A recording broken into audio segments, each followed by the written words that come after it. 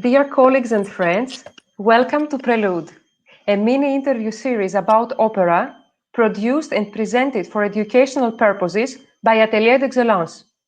The current episode is supported by the 360 online blog and community. Its founder, Eugenia Fortezza, will participate with 2 questions in video format, as it wasn't possible, unfortunately, for her to join us live due to a professional engagement. Today, we are very honored to be hosting one of opera's brightest stars, internationally acclaimed soprano, Miss Preeti Yende. Welcome, Preeti. Thank you for Welcome having me. and happy birthday to you. Happy Thank birthday to you. you. Yeah, thank you for taking your time on your special day. Really, it means a lot to us. Thank you. Thank you so much. What a special, on the day of your birthday, you give a special gift to our audience instead of us giving you a gift to share your experience and your life path with us. So thank you very, very much. Preeti, I will pass to my first question for you. What urged you, I would like to ask, to move from Piet Retief, the small town you grew up in Cape Town, to enroll in the South African College of Music? And what was the transition like for you moving from the small town to the bigger city to pursue your studies there? I think I was so excited about the possibility of pursuing music after I learned about opera that I was just so excited. And luckily, I had my parents who actually drove me to Cape Town, which is about 18 plus hours drive from Piet Retief to Cape Town. So it was a nice long trip to Cape Town. Of course, Cape Town is a big city, so it was exciting to see the mountain, the Table Mountain, and the weather is so beautiful in Cape Town at the time.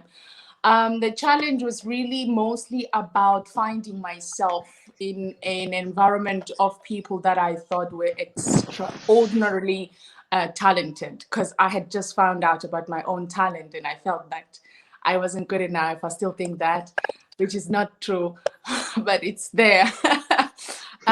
So the challenge was to really have this opportunity to also accept my own gift and to look at my own path and my own journey in discovering how to optimize it, how to use the voice, and how far I can be, go with it. Very nice. Thank you very much, Preeti. Yanis, the next question is May I yours. ask about yes, because we always as people who kind of come from another country, like in Europe, we always are asked how were you prepared, how everything helped you move on and go a step forward. How did this South African choral and the general culture or the University of Cape Town prepare you for this great career that is opening? I was very, very lucky, and I'm sure my colleague Sunny Boy would remember how much the education and preparation for any opera singer in the UCT's School of Music is like, it's like the top.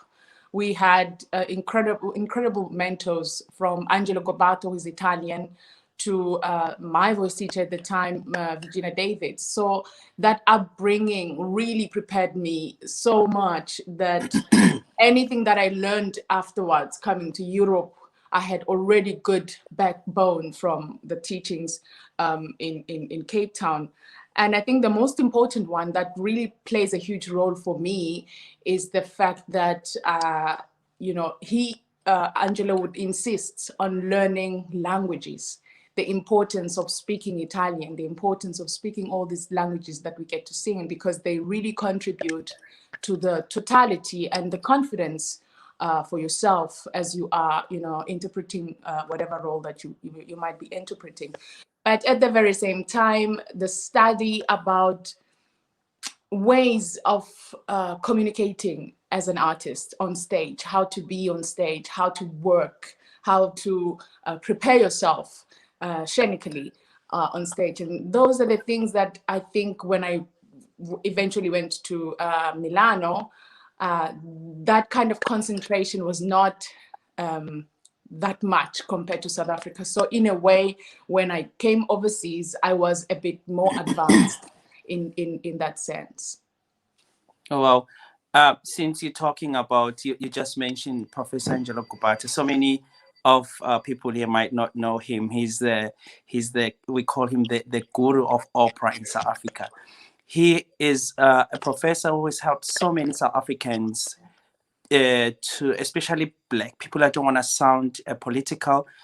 He introduced so many black people, especially like us, me and Pretty, and so many others, into opera. And so, since you're mentioning her with Professor David as well as your professor voice teacher, first time meeting them, not knowing, coming from this small city, no technique, you didn't understand anything. Can you elaborate more? How did they influence or contributed in your career and in you finding your own unique voice as an opera singer, just to have that courage to stand there and sing? Well, they were the cornerstone basically, because I think we were one of the youngest students actually when we enrolled in UCT at the time. And I remember Virginia Davids appreciating the fact that even though we have this huge choral community, but I was one of the people who didn't sing a lot in choirs, and that helped actually in developing my primal sound without having too many things that she had to undo. And I think one of the biggest lessons that I got from them was that they believed in my talent so much that most of the work was for me to believe in it too, because they could see it. I had so many people in the school that was so amazing that I never thought I could actually be anywhere near them. And so the whole work was for these mentors of mine to make me believe that my voice too is valid. My gift too can be that prominent, that beautiful and success, and I can have success like I was seeing from the students who were ahead of me. And I think that that is a very important thing in any education system, because most of the time, the people who are gifted never truly believe, because of just because when you are the thing, it's hard for you to know that you are the thing, because you are the it. Yeah. So the biggest part was really to educate Pretty to look at herself and dream and appreciate her gift too, because they believed that I could have success, and they were right. Yeah, since you're talking about that, I remember every time when you finish your voice lesson or when your classes were finished, you were the first one to enter the school and the last one to enter the school, to be outside of the school. And all the time you used to sit outside. And I think I mentioned this because it's so important, because our singers that we work with, I think they deserve to know what made you, because you used to sit outside there and listen to so many singers who were way ahead from us, listening to their voice lesson.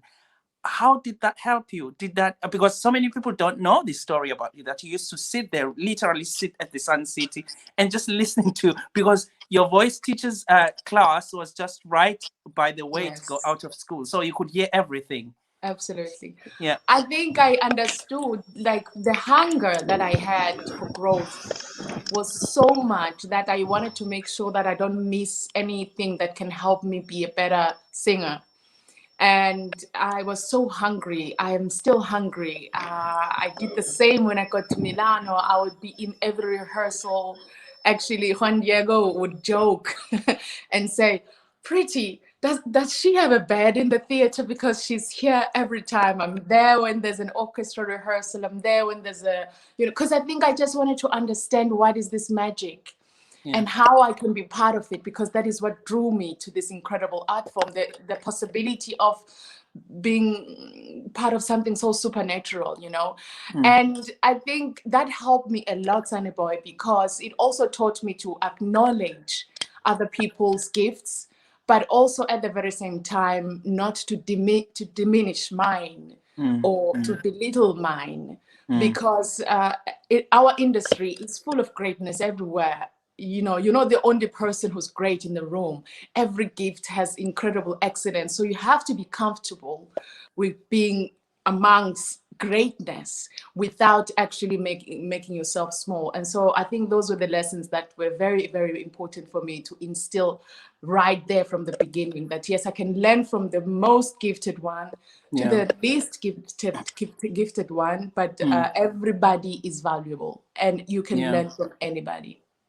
This is spot on. Since we have so many young singers, especially a few of them, they know you and they are watching today. It's so exciting that we have you.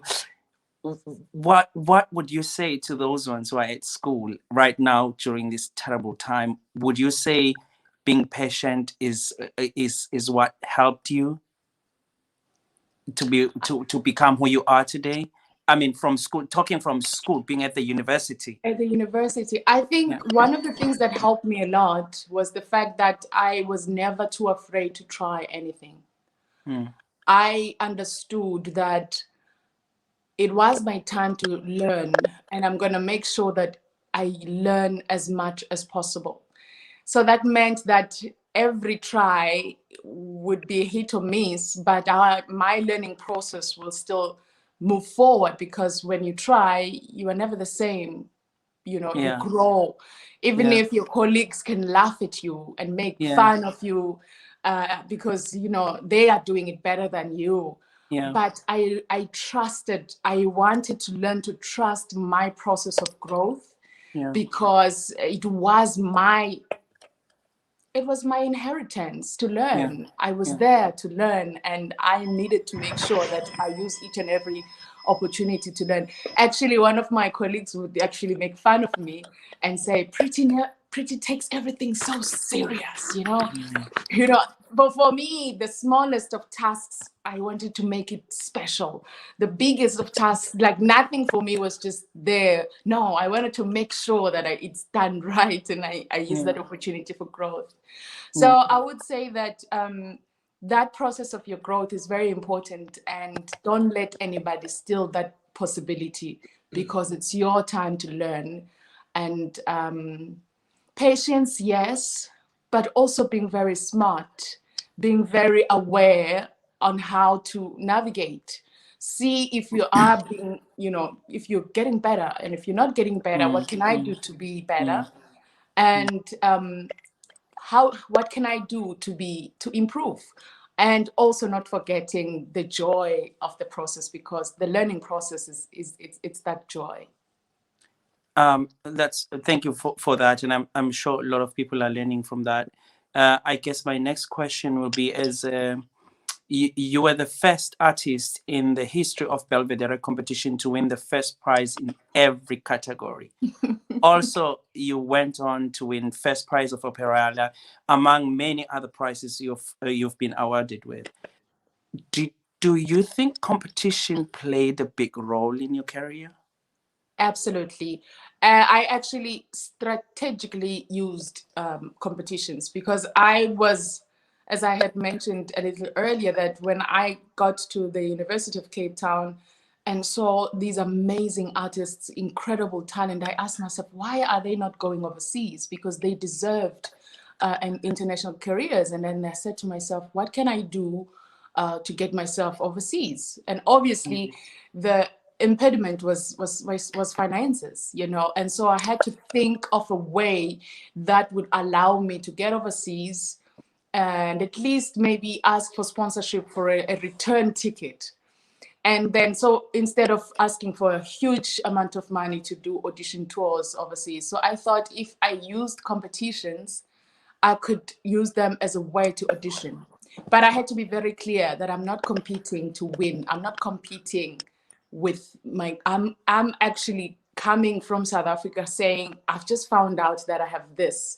What do you think? And do I really have what it takes when I look at my colleagues who are the best of the best and they've known about this art form way before than me? And so that ended up actually being an incredible way, because I was winning all these competitions, not because, well, how can I put it better? I wasn't competing For me, it was just an audition. And that mindset exempted me from comparing myself to the next person or wanting to beat the next person. And this was another lesson for me too, because, you know, as I mentioned, you are always going to be surrounded by excellence. So you can never be intimidated by other people's excellence. You need to actually just acknowledge it and be part of it and enjoy the process. So that was another lesson too, in a sense. And I continued to actually do competitions when I was in La Scala, because when I got to La Scala, I was overwhelmed because the method of teaching was very different to South Africa. In South Africa, I only had my voice teacher, a pianist, and Angelo Copato for, you know, so, and they were all, you know, in agreement in a way. So they would, you know, talk, how can we, you know, how is Pretty doing? How can we help Pretty? But then when I got to Milano, it was like 12 people. And it was quite overwhelming with information, and sometimes I felt like they were not agreeing with each other. And so in a way, I needed to hold on to something that would make me still feel that I'm still growing. And that's why I actually entered the Operalia. Cool. So since you're talking about the experience of being also in this big pond from a small, I mean, in the ocean from a small pond. Right.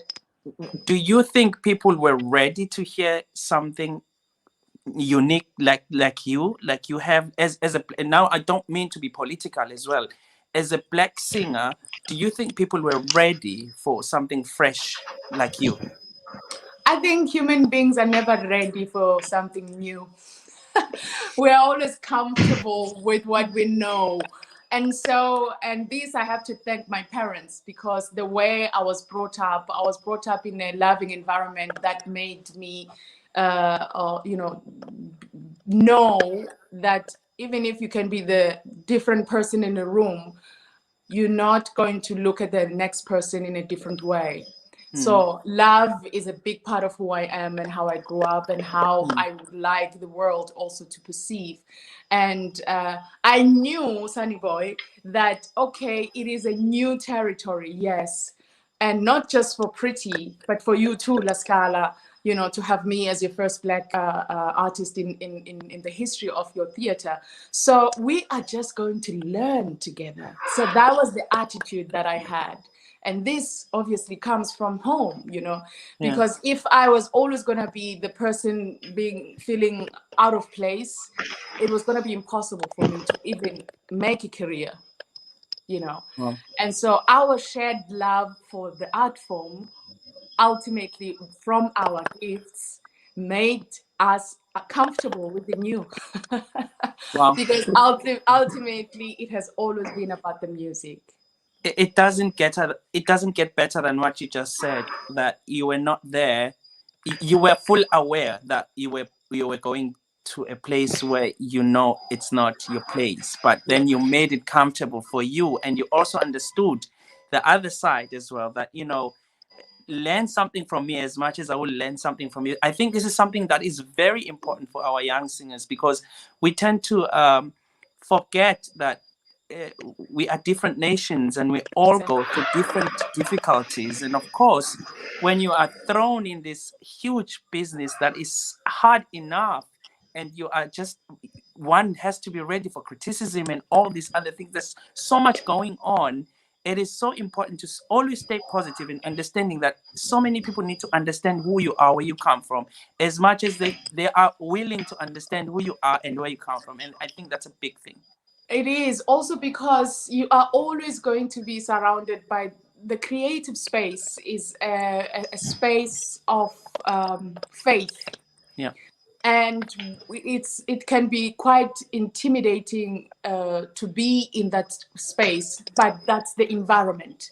And so you have a task to your gift, and the task is to protect it. The task is to grow. The task is to also learn. And so I've always been the youngest person in the room. So obviously I have so many people who've got great expertise. I need to have the awareness to be able to take information, but also to know when I'm not being helped, or when I was looking for help and I was not being assisted, and not be a bad person about it or hate. Just understand that some people would want to help but are unable to help you.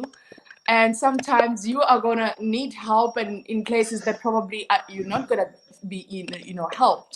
And Yeah. so it's very, very important to be calm as best as you can be, and to be a peaceful person, because we're dealing with harmony and melody, and it's all beautiful. And so I believe that from those notes we can learn to implement it in our daily life as well. If I may say, this shows pretty how important it is for an artist to be also a person of principles, to have some values and some principles above everything else, and believe in them, and carve their own path with these values. Also, It is because we are human beings first. exactly. What we do is our gifts are there to make something beautiful in this earth. But first and foremost, we are human beings first. And Yeah. we have to stay happy ones, not driven only by the ambition and the passion for something that doesn't bring joy. In the way you describe it, it seems that you always have joy in it. And this is such an important message for our mentees and the young artists we are speaking with. So, And please. success comes. I'm sorry, success comes. You know, Sunny Boy touched about patience. I think it's very, very important. It comes. Don't rush it. Because ultimately, the impossible dreams that we dream, we sort of have to grow into them so that they don't overwhelm us. Otherwise, if everything comes too quickly, how are you going to, stay? Because it's always easy to go there, but how can you maintain it? Stay there and thrive. Anyway. It's awesome. No, awesome advice, true.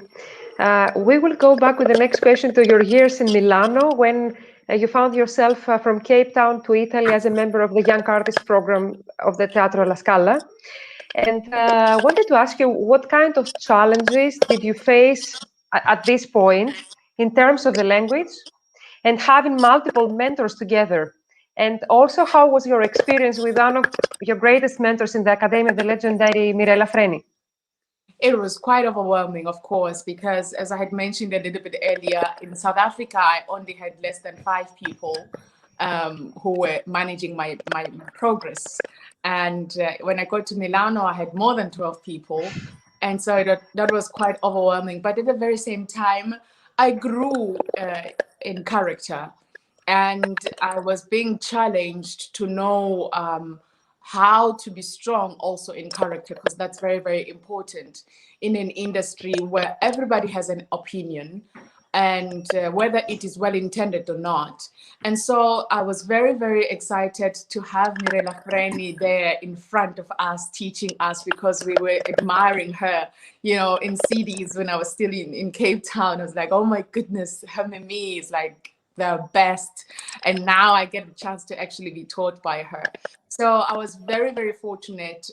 One thing that I will say is that I need to thank my Italian teacher, who actually told all my colleagues not to speak to me in English if they loved me. So they all were forced to speak to me in Italian. And ultimately, she said, because that way she will learn quicker. And I actually did. I learned it in like 3 months. I started speaking Italian. And so that helped a lot for my growth, and also just to be able to communicate and make Milan home, and start to really be there, because I was still stuck at home. The transition was not so easy. I missed my food from South Africa. I missed just hearing isiZulu. I just missed the sunshine. I got to Milan around October, September, and it's all gray. There's no sun. And I felt like, I'm fine, but I don't feel fine. What's wrong? I understood later that even the environment, the soil, just the soil, was something very different to what I'd known. And thankfully, my family were there to remind me that I said I was going to go into the world and make the impossible. So this is what it is about. Fantastic. So not just principles, but also a very strong will. There's no other way. I think one of the things that any successful person will say, that there's nothing that you can achieve just by chance. You need to be determined about it. You need to decide, that I really want it, and the willpower, there's no other way.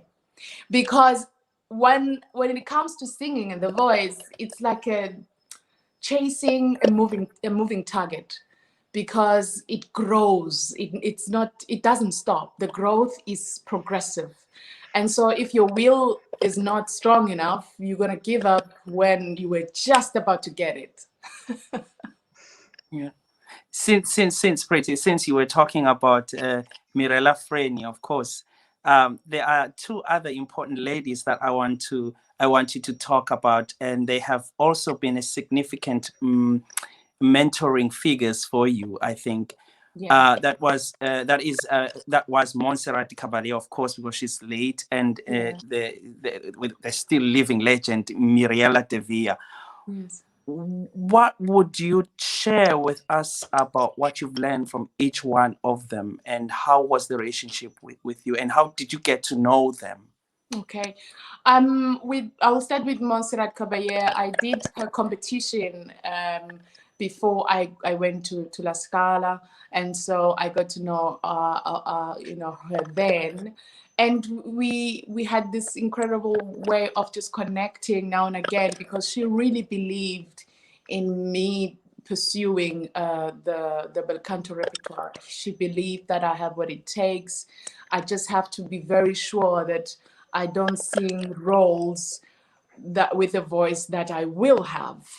I need to sing roles with the voice that I have now, because then I will thrive, because she believed that I can have a long career, but I need to be very smart in terms of not singing roles with the voice that I will have, but to sing roles with the voice that I have right now, because then that way the voice is always giving signs that this is where I am. Yes, you can challenge yourself, but calculatively, and also just be kind to yourself.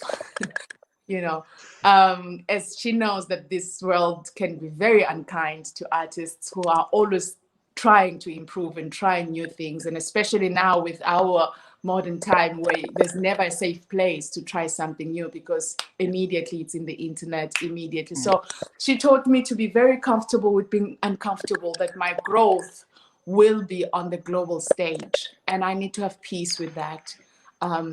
As far as Mariela De Villa is concerned, she brought back the joy of singing, because I lost a little bit of that when I was in the academy of La Scala. I was very overwhelmed and sort of missed the purpose of it all.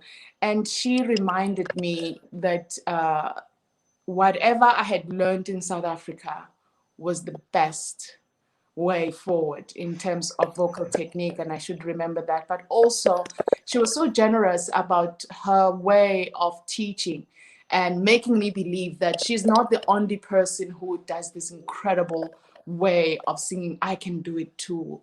And she was very, very generous when it comes to that. Awesome. Since you're touching a very sensitive subject, coming from South Africa, not knowing anybody. You are in a country where you know nothing, and in a different culture as well. Yeah. Trying to be seen and noticed as an artist. Sometimes, so many young singers, I also experience that you do find those coaches who are a little bit ignorant and try to treat you like you are a project. You don't know, just because of your background and where you come from. They think that you don't have enough information, or you're not strong enough to do what is expected of you. For our young singers, what is your encouragement in terms of them living where they come from and what they know to a different country? Do you say they should just stay humble and receive? Because it's so easy to lose it. It's so easy. Even if you're in the business, you get that one person that takes you off, and it's so difficult to come back. It takes so much time. What would be your advice for somebody who just started and having difficulties, and sometimes feel like I want to go back home, because I know so many people, they don't know that we're so close, that I know so much that you always say, I just want to stop singing, I want to do it, I want. You are human at the end of the day, and not so many of us has that luxury of getting to know that side of you, but we see only the happy side. But there's a lot in you that you always strive for to be better in everything that you do. What is your advice to these young singers? I would say that this, if anything, I was never prepared for the hardship of what it takes to make it in this industry. I never knew that sometimes, or most times, I'm fighting rejection. Like most time. I'm not just talking about other people rejecting me, but self-rejection, you know? And so what I now know is that those noises, those people that are saying you can't do it, are not as powerful as what you tell yourself. Because you are always with yourself, and you need to have that good relationship at all times, because you are with yourself. And so I would only hope that, you know, you don't meet too many people that are going to make you want to give up. And also, when you are a student, of course, you have to be respectful and take information. But also, I believe that as a human being, you know when something is helping you or not helping you. At the very same time, I would never, ever, ever change anything that has happened before me. All the hardships that I went through, because they made me stronger. They made me also determine which path to take and how, you know, to move forward. So don't give up. Go and do the impossible, because that growth is the most important. Because I think I'm more happy that I tried than always to be in Wonderland and wonder, hey, if I did that, if I did, you know, I don't want to be in Wonderland. No. Awesome. Awesome. Very, very nice, Pretty. And Sunny Boy, thank you for your question. Now we will pass to the question of 360 of opera in video format. And we will welcome virtually Eugenia Fortezza. Dear Pretty, thank you so much for being here with us today. Everyone at Atelier d'Excellence and 360 of Opera, as well as our audiences, are very happy to be able to spend time today with you, to get to know you better and to learn from you. My first question is about the Traviata that you're about to read. Oh, the question was cut. I apologize. We have to start it again. And Maria, please, you have to unmute as well. It was not unmute. The sound was not there. But the sound is in the video. Okay. Dear Pretty, thank you so much for being here with us today. Everyone at Atelier d'Excellence and 360 of Opera, as well as our audiences, are very happy to be able to spend time today with you, to get to know you better and to learn from you. My first question is about the Traviata that you're about to reprise at Wiener Staatsoper after having debuted it at Opéra de Paris last year. And I would like to know, what did you learn in putting this role together in this specific production? What did you learn the first time, and what do you hope to add on this second time around? The sound was coming on and off. I'm not sure about the last part. So you didn't hear it properly? No, I didn't hear the actual question, the last part. So we apologize, because it is the first time we experience something like this today. I don't know why. Probably it's the internet, the bandwidth, something. But we can read it because we have it written in front of us, so we can read it and be sure that you understand correctly what she asked. Thank you.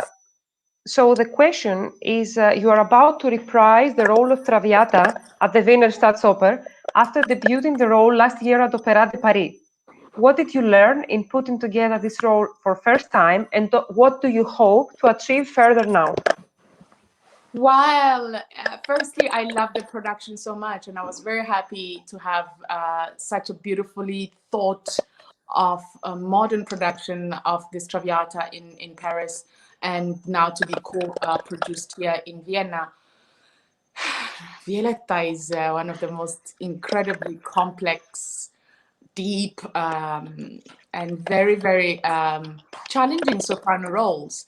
And not only the role is new for my instrument, but also the composer. So I'm learning a lot on how to balance, you know, the way I was making music in the bel canto repertoire compared to how Verdi wants to be expressed. And I'm grateful for the team that is always there to help me, you know, take those steps of learning. And for me, it still feels new, especially because of having this huge gap of not singing during the pandemic. And so coming back, it's like starting afresh again. But I'm hoping that I'll be more confident this time. Because at least I've done it once, right? Or maybe twice. You should be So, fine. yeah, you know, so I'm hoping that in my head I can have some sort of peace that it's not so new anymore, and you know, it always helps because we grow more and learn more by doing. And as a live performer, it's always new. I always say this, no matter how prepared you can be, but the actual doing of that particular performance or rehearsal is always new every time. So I'm hoping that the joy of actually doing it, I remember, you know, while doing it, because I love the role so much. And I believe that it will stay with me for some time in my career. Just to add on that question, I just want to ask you a crazy question. How long did it take you to study the role and then perform it? How much did you study the role before you sang it on stage? I think I've always loved Traviata. And when I first heard about opera, I found this radio program in South Africa called This Opera, and they would play opera. And I actually think that the first thing I recorded was a full performance of Traviata. And I used to actually listen to it every day and sing on top of it. So I've sung Traviatas for a very long time. But in terms of learning it, I learn quite quickly. I've just always been gifted in learning very quickly, but the process of actually technically being savvy and actually managing the balance emotionally for the character, as well as the demands of the composer, that takes some time. I'm still learning that, and I'm still, I guess that's the moving target that we're talking about, because it is a creative process every time. If I may, because we're talking about roles and repertoire, first of all, I really liked what you said about Montserrat Caballé's advice about singing what is good for you now instead of what you're aiming for in the future. That's so spot on. I want to ask, because you're one of the most versatile sopranos of our days, with hopping from Mozart to Donizetti, doing Carella, Rosina, like Traviata now. So, do you advise young artists being out of the box and willing to try new, different things, or does having a very specific path, especially at the beginning of your career, opens easier the doors for new jobs and in the market? I would actually say I think I've grown so much because I wouldn't allow myself not to try. But at the very same time, I've always been surrounded by a good team that would advise me and say, maybe not that role. Maybe not that role. Why do you want to sing that role? I remember my voice teacher in South Africa, I said, there was this aria that I liked so much. And then she was like, okay, pretty, but why do you want to sing that role? You know, so there's always a calculated decision from an artistic point of view for every opera that I've done. I've never just done it because it was just in my head. It has always been calculated, and I've grown a lot by that. And I believe that if you have a good team that will still advise you, you know, on your artistic decisions when it comes to your repertoire is very, very important. That openness, though, to try out. Some roles I've even tried out without actually performing them, but just studying, and that study helps in my growth as well. So as far as the Fach system goes, for any young singer, and this was something that my voice teacher, Virginia Davids, would always say, that as a young person, it's very hard to put yourself already in a sort of box, because the voice is still developing, and it's impossible to really determine that I am this. To some, it's always evident, but not all the time. So I think there has to be some sort of balance and openness to try, and try not to, you know, to just be one-sided. Sorry, would you say, does that happen a lot with sopranos? Because with tenors, it's quite sometimes easier to tell what far you can sing. But would you say it happens a lot with sopranos or sopranos? What do you think? What's your take on that? As a soprano, I think we are most complex because we have such a vast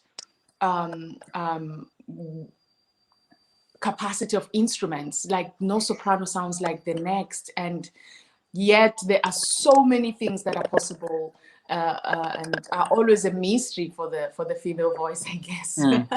So I would say that for sopranos, I think there are so many ways that, you know, the voice can develop in different repertoire, and also as you know, looking at your age and your experiences. So there are a lot of factors that actually sometimes contribute to the soprano than the tenor. The tenor is always an obvious case.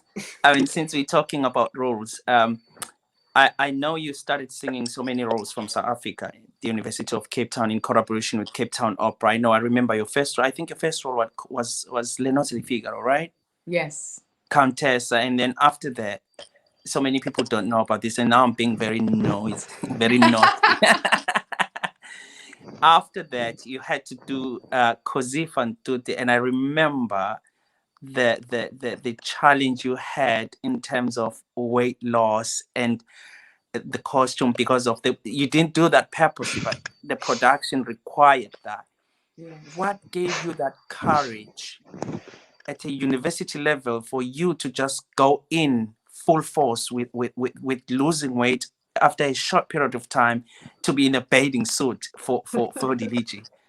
I think I was just so hungry to make sure that I have all the attributes that contribute to a successful opera singer. I wanted to make sure that there's nothing that I can be asked to do and not be able to achieve it. Yeah. And that was a big lesson also for us in school about weight, because some opera directors are very adamant about that. And so I wanted to know if that opportunity came, will I be able to actually make the adjustments? And fortunately, yes. But also at the very same time, I then wanted to make sure that I never want to lose a job because somebody thinks that I'm not looking the part. Yeah. At the same time, I needed to draw a line that it is my body, it is my voice. I will make sure that I do what I need to do to be healthy, so that I have the possibility to be productive, but not because I just want to, because of the size of my waist. No. Yeah. It's more for health, and we are, after all, athletes. We need the stamina. We need to be strong. We need to be, for me, it became even, it developed into even something much more than just being able to lose weight like that. Yeah. Just to ask another question. I know this is not planned, but this is so interesting, and I think it's very good for our young singers to understand that you didn't just become who you are today. It started somewhere. I want to mention Professor Angela Kubato as well, with the repertoire, with the range of the repertoire that we used to do at school. Do you think it was because now I think, is it okay? Is it easier for you to sing the roles now? Because you've done all of them before at school. For instance, Mano, Leonard's the Countess, Fiordili, some roles. I mean, I can mention just those few. Do you think it was a good thing that you did them at the university level, and is it easier for you to do them now? It was a good exercise because it helped with stamina. It helped me to understand that there is no way that I could get on stage and not finish an opera, because we used to sing quite a lot in school. And so Yeah. it built that physical stamina. Yeah. And as far as it being easier now, maybe I'm much more technically secure than I was then. But at the very same time, I'm meeting new challenges with the technically, asks that I need to attend to right now with the voice that I have now and where I am. But the experience helps a lot. So it was much needed and much appreciated. Another thing, I'm sorry again, guys. Sorry, we know each other too much, so I have to make sure that all the young singers, they learn as much as they can, because I know this is the only information I can get now. And it's important for Okay, no everybody. problem, no problem. No So, problem for us too, Sunny Boy. You left South Africa. The funny thing, when you left home, you came to Europe, and of course, we were expecting you to sing all these big roles, and you were being offered few nice things, and you had courage to actually say, no, I'm not ready for that, but I can do that. I remember you also started singing Barbarina. I mean, we never saw you as Barbarina, completely from Countess, Manon to Barbarina in Europe. Did that help you to find why make the choice of doing the small roles in the big stage while you have the opportunity to do the bigger roles too? Because I understood that I can either have it all now and lose it all now, or I can do it one step at a time because there's no rush. I can always sing that role, but I don't have to sing that role today. Like La Traviata, for example. I've been offered Traviata ever since I got to Europe, but I always said, no, I'm not ready. No, I'm not ready, because it's my favorite role, one of my favorite roles, but I also am not ready. My voice is not ready to handle the demands of the role, let alone the emotions of the character, let alone being not technically ready. There is nothing so sad than doing a role and you're not ready. And if you had just waited, you would have been in a much better space. And then you're also happy. You're not so stressed out because you have this mountain that you don't know how to solve, but you've already said yes. Yeah. So Can I add something to your question, Sonny Boy? Sure. So, Pretty, my question is, does a career, do we build a career on no's or yes? I mean, are no's necessary sometimes? This is the most question. times no's are very, very necessary, because it's the contrary. Sometimes they say, no, you have to say yes because it's an opportunity. No. Sometimes you have to say no, because this world will never stop asking. But you only have yourself, and you're limited. So your choices have to be very calculated. For a young singer, how do you know if it's the right time to do a role or it's not the right time to? I mean, because look, Pretty, to be honest, we have to be realistic as well. There's so many of us, and so we all fight for that sport, and every opportunity that a young singer could get from university, from having nothing or nobody there for them and getting a contract, even if it takes that person is not ready, but they are capable of doing it. How do you know that then? Do I go for it? What do you say in that situation? Well, I think I'm going to say, in my case, how do I know that the role is good for me? It is proposed. I look at the score with my pianist, they play it for me. I sing a little bit, I leave it. And then when I sing it again, if I'm feeling better the second time, then I know it's the right role. Doesn't negate that in the score, there are technically very difficult spots that any other colleague or singer would have in. It's just how the score is.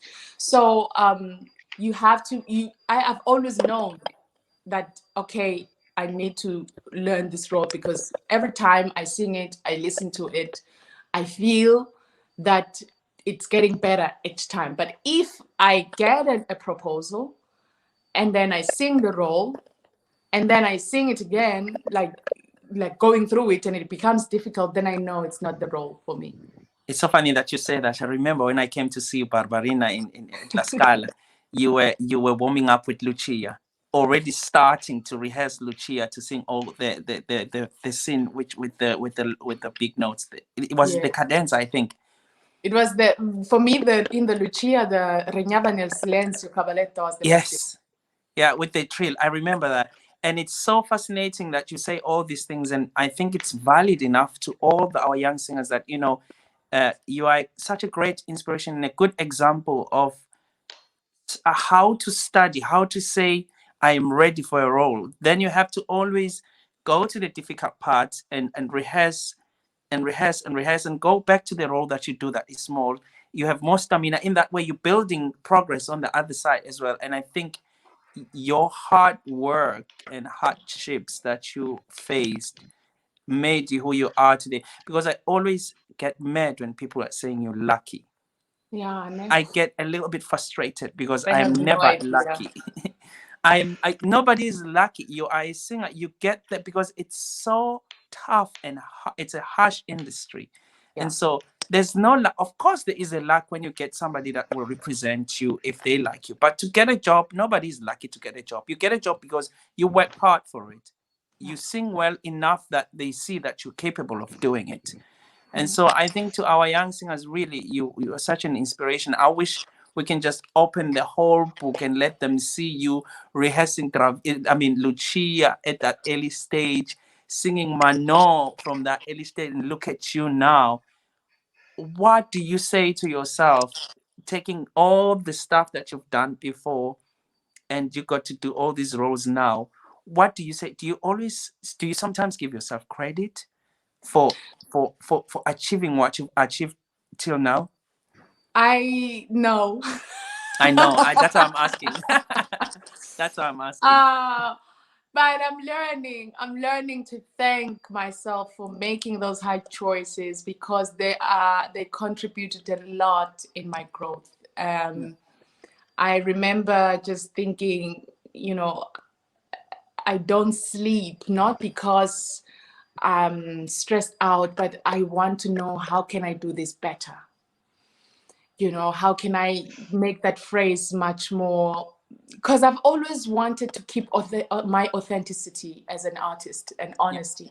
And I think in a way, some critics are picking that up, that I'm not following what everybody's doing. I'm just a rebel in a sense, whether it is my approach in a role, sonically or acting wise, or even color wise. And so sometimes I get very frustrated with myself, because I know I can do that thing perfectly technically if I just don't listen to what my instinct is inspired in that moment when I do the performance. And then when I listen to it, I'm like, oh, but I know how to do it right when I don't have to connect. And so I've come to be kind to myself and thank Angelo Gobato as well, because he was one of the people who made me understand that I need to decide what kind of an artist I want to be. Do I want to be the kind of artist who sings everything perfect? Absolutely. There's another kind of art form where it might not be as refined and perfect, but it touches each and everybody, and their lives are transformed forever. Whether you didn't hit that high note perfectly or that scale, whatever, but do you want to be that kind of artist? I said, yes, I want to be that kind of artist, because that is what brought me to this art form. Because Mirella Freni would sing like, "Si mi chiamano me," and you'd be like, oh, you know, everything would just go like, I want to do that. Yeah, yeah. So I'm grateful for my past. Yeah, since you touch a very important point about critiques. I mean, our industry is brutal. Sometimes critics are there to boost you and help you to grow. Sometimes they just really tough that you feel depressed after a performance. You just don't want to sing again. For a young singer who doesn't know this part of the business, how do you take criticism? What is your experience? How do you tell yourself to encourage yourself when you get a negative criticism? Well, I've come to learn that I must not put so much importance, because it was kind of distracting my goals, my artistic goals. I know what goals I have for my growth. And sometimes when you read what everybody else think, you sort of shift the focus and want to solve what they're talking about.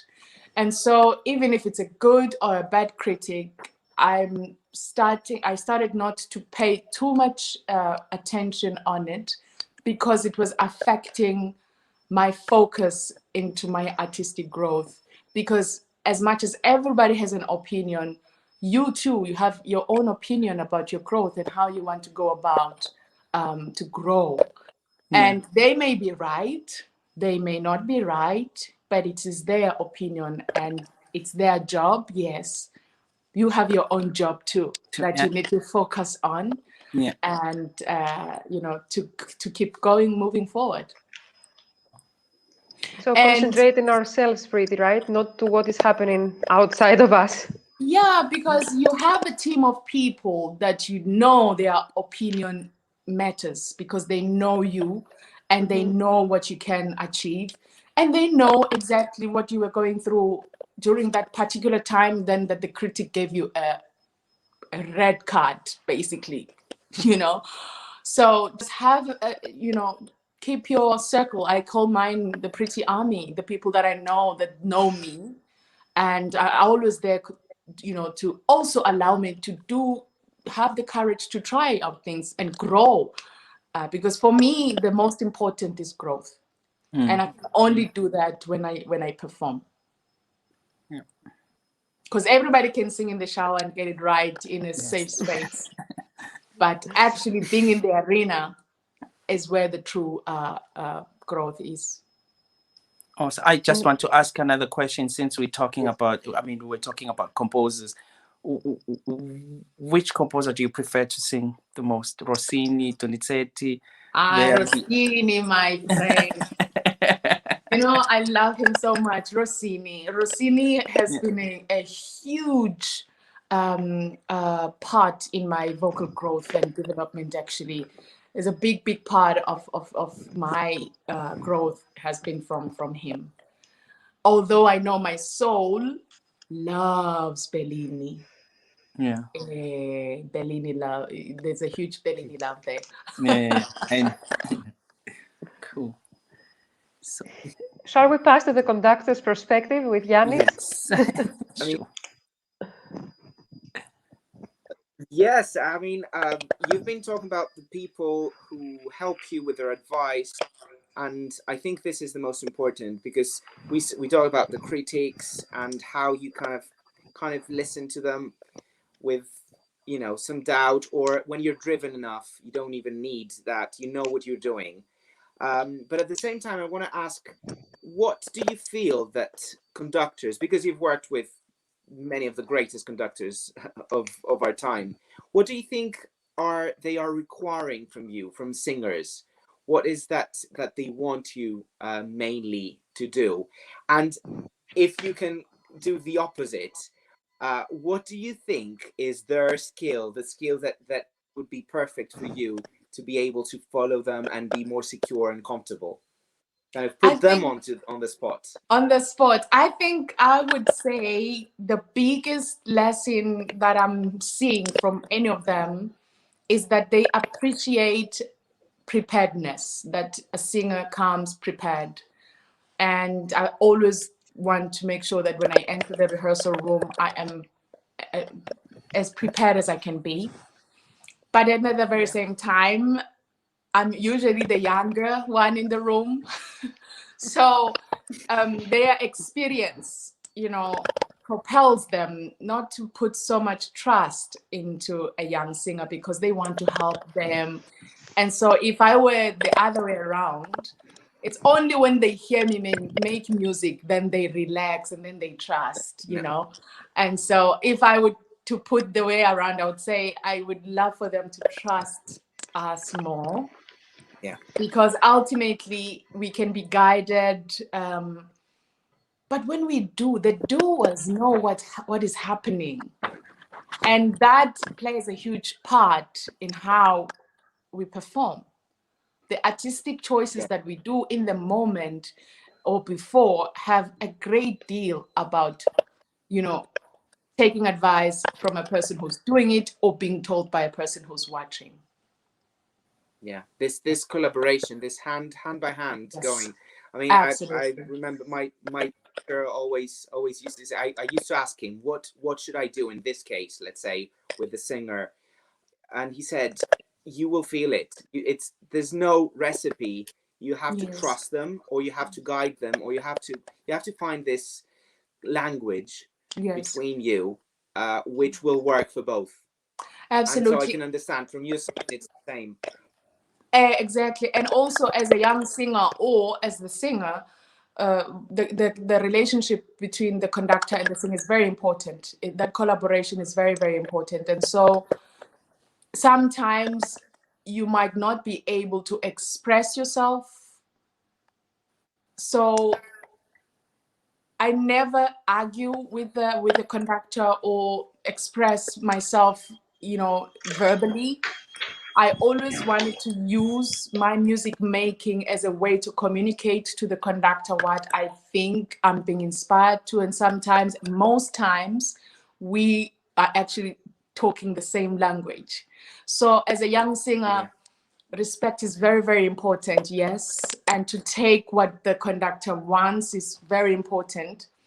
But at the very same time, you need to know that music making and your creativity is valid too. And most times they will complement this collaboration between the singer and the conductor.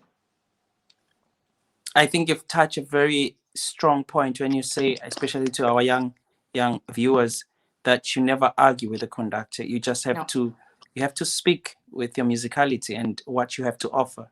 And I think that's the very good weapon to have as a young singer, because it is so hard to not to say what you want to say to somebody who's well experienced, who's been there before you. Yes. Yeah. Absolutely. Sure. We can't hear you, Maria. Unmute yourself. Yeah. I'm sorry for this. So we can pass to the next question of 360 of Opera. Would you like to try the video version and then we see if it doesn't work? We can read it. My second question is about the singer's journey, and I would like to know if you have some advice for young singers on how to manage their development while finding themselves in the spotlight. Yeah. Did it work? It did. It worked this time or no? No, I think you need to read it. So you see the video but not the sound? There's no sound. It says tap sound. That's what it says. Let me try once more.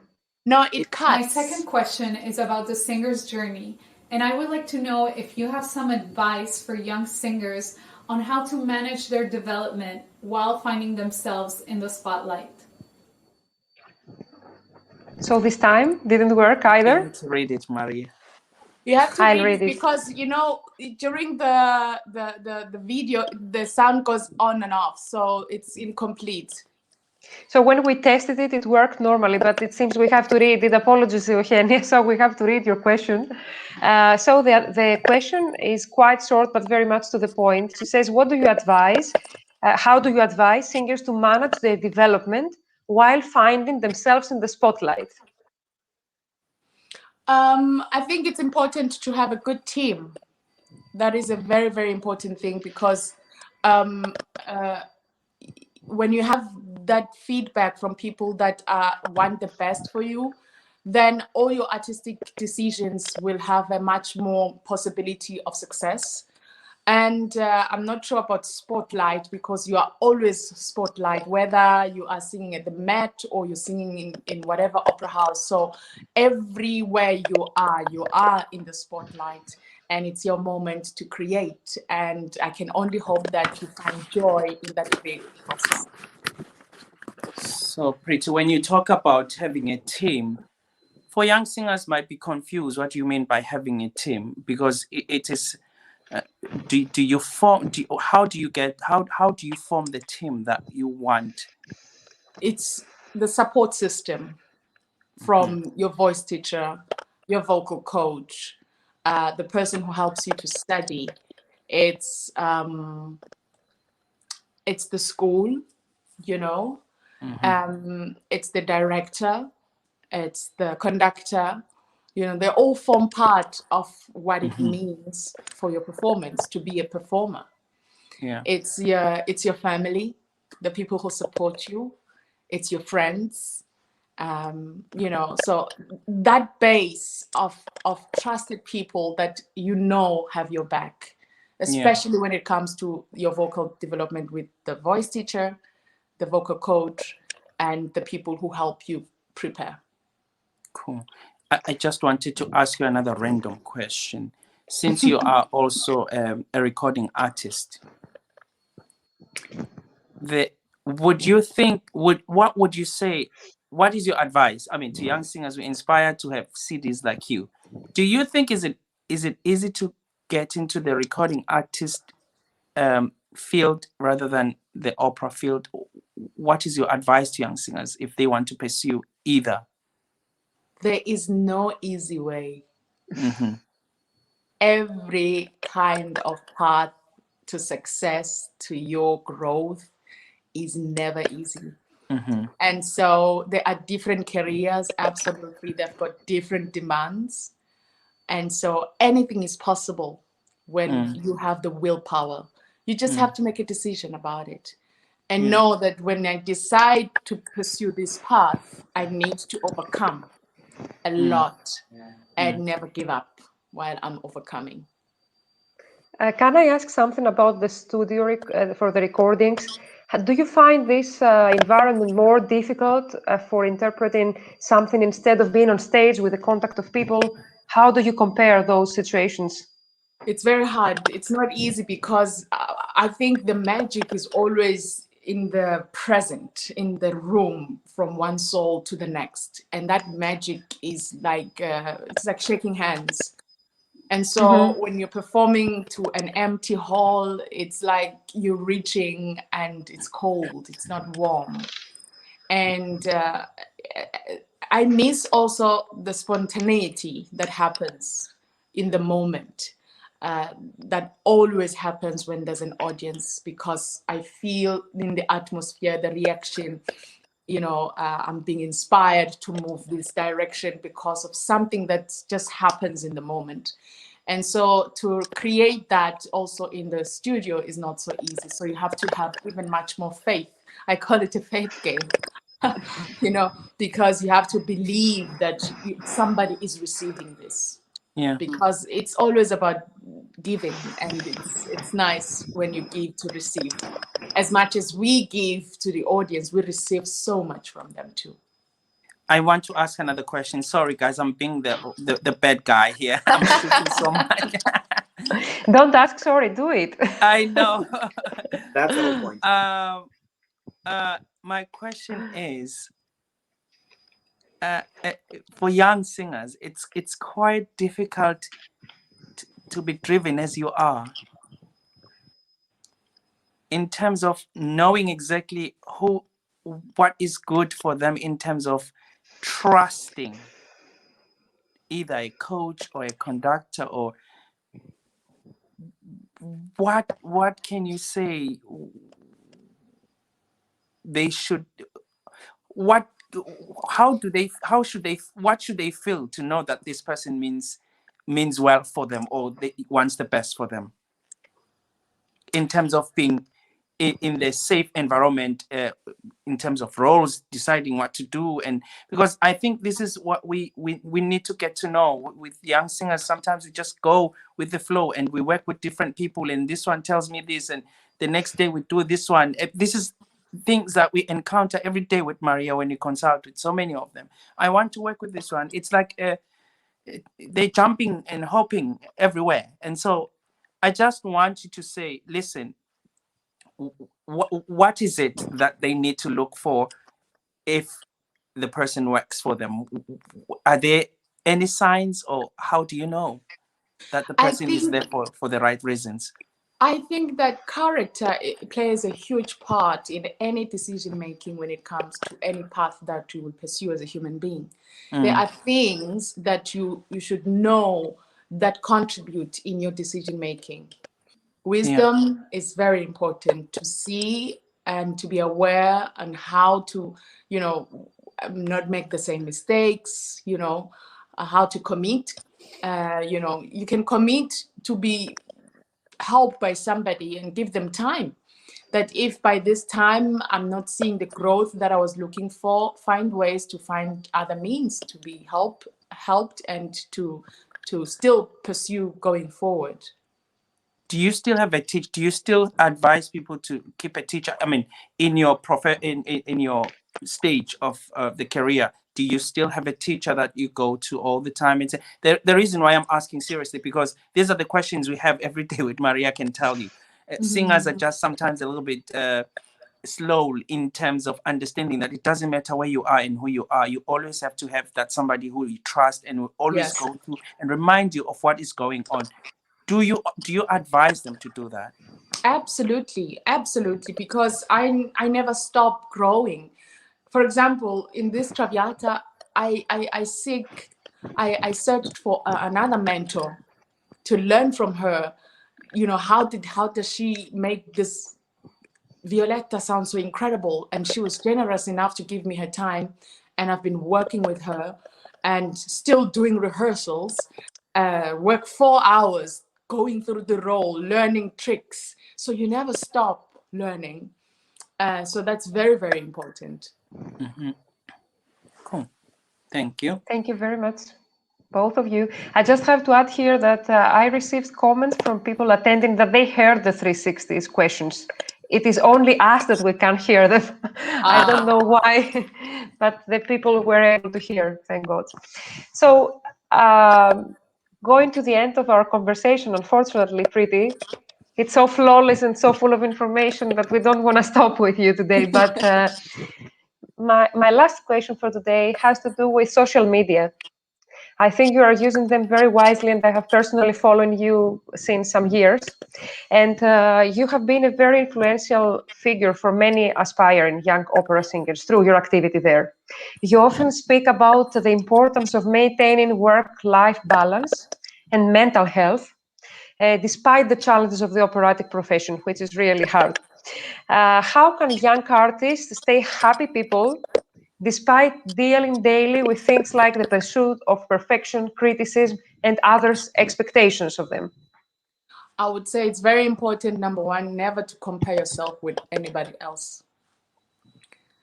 Who we are on social media is very unique. You cannot assume and value yourself compared to other people. So keep yourself sane by looking into your own life and determining how you want your life is, not because you're comparing yourself with somebody else. In general, it takes off the pressure of wanting your page to look like somebody else's because you're chasing likes. I've never been the person who wanted to use my social media for that. In fact, the opposite. I wanted to show my followers and friends that I am human And no matter how successful I am, no matter how much you adore me and support me, I still face normal human beings' experiences because I'm not exempted from being a human being. At the same time, my private life is my private life, and you also need to keep that. And so really taking off the pressure from anybody else's expectations lies a lot in really concentrating in your own life and appreciating everybody else, very nicely, but not necessarily wanting to compare yourself with them. Thank you very much. So no imitation, for God's sake. Being original, it's what makes you different, and that's what we actually want, don't we? Yeah. Absolutely. That's the beauty. In art. I sense that Sunny wants to say something here. No. No? Okay, very nice. So, Preeti, we would like to thank you from the deep of our heart to being here with us today and joining and sharing your career path and your experience with music. And the phrase that you said previously, acknowledge each other's excellence, could be Atelier d'Excellence's motto, actually. Yeah. Because it is 100% our philosophy. And while I try to, with Sunny Boy and Yanis, to make the script, let's say for today's interview, I read a lot of interviews of yours and a lot of your things that exist on the web. And we saw that many people call you a Cinderella, a Cenerentola of opera. And when we think of Cinderella, we think of the wedding dress, of the prince, of all the beauty and the fairy tale part, but we don't concentrate a lot on what makes a Cenerentola, a Cinderella. Exactly. Which is exactly what you described here today, that it is the thirst for what we want, the passion for what we love, loving others, acknowledging others, embracing ourselves. It is so many values that we have to keep to move forward in this path. Yes. That our life has for us. And this is amazing because it is a great, great example for everybody that wishes this fairy tale career. This fairy tale career has the hardships, and there is a specific way to get there, which is not so easy, but still the objective is very, very noble, and it's worth. No fairy tales. This is life. This is real life. This is real. Yeah. We are very grateful to Sunny Boy for connecting us with you. And he always uses as an example when he speaks with young singers. And thank you very much, Sunny Boy, for joining today, for organizing this with us. And Yanis, also our AdE associate. And for Preeti, my wish personally is to shine for as many years as possible on stage and to be a happy and healthy person as you are today forever. Yeah. And to make our lives prettier. I know it sounds cliche, but you make our lives prettier. Awesome. Thank you And so much. The gentleman want to say something to Preeti? I would just say, my Yende, really thank you so much for joining us, taking your time on your birthday. Really, we appreciate you, and all the best, and God bless you even more. Thank you so much. God bless you, Preeti. Thank you very much. Thank you very much for joining. Thank you very much for your attendance, and see you again soon. Ciao. Absolutely. Ciao. It has been very inspiring. Thank you very. Thank you, Yanis. Thank you, Sunny Boy. Thank you, Thank Preeti, once more. Ciao. Goodbye. Ciao, ciao.